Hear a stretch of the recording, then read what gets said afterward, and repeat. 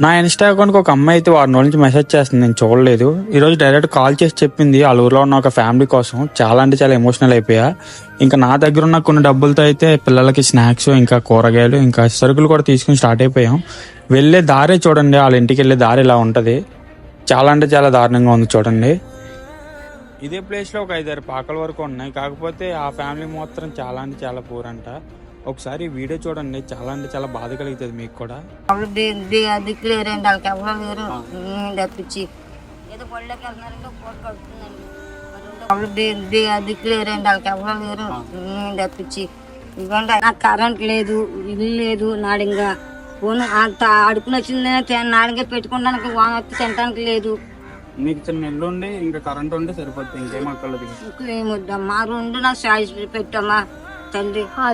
నేను ఎప్పుడు ఏ video share చేయమని అయితే అడగలేదు, ఫస్ట్ టైం అయితే అడుగుతున్నాను. ఈ వీడియో అయితే ఖచ్చితంగా అందరికీ షేర్ చేయండి. ఇంకా మన బత్తులు బాలరామకృష్ణ గారికి కూడా ఇలా చూడండి. 8th క్లాస్ నువ్వు ప్రతిరోజు ఎన్నో డబ్బులు ఖర్చు పెడతా ఉంటాం. మన ఎలాంటి వాళ్ళ కోసం మన దగ్గర ఉన్న వాటిలో కొద్దిగా సాయం చేస్తే మంచిదని అనుకున్నా. గడిచిపోద్దా ఇదంతా కింద, మీరైనా ఇక్కడ ఉండాలా? సూర్య, మీ ఇంట్లో కరెంట్ ఉందా? లేదన్నయ్య. మీకు ఏం కావాలి? మీకు టీవీ, కరెంటు, టీవీ, ఇల్లు చాలా. మిమ్మల్ని ఎవరు చూసుకుంటున్నారు? మీ మామ చూసుకుంటుందా? మీ అమ్మ మీ నాన్న? ప్రతిరోజు ఎన్నో పనికిమాల వీడియోలు మనం షేర్ చేసుకుంటా ఉంటాం. ఈ ఒక్కరోజు ఈ వీడియో అయితే షేర్ చేశారంటే ఆ లైఫ్ లో మన హ్యాపీనెస్ అయితే ఇవ్వచ్చు.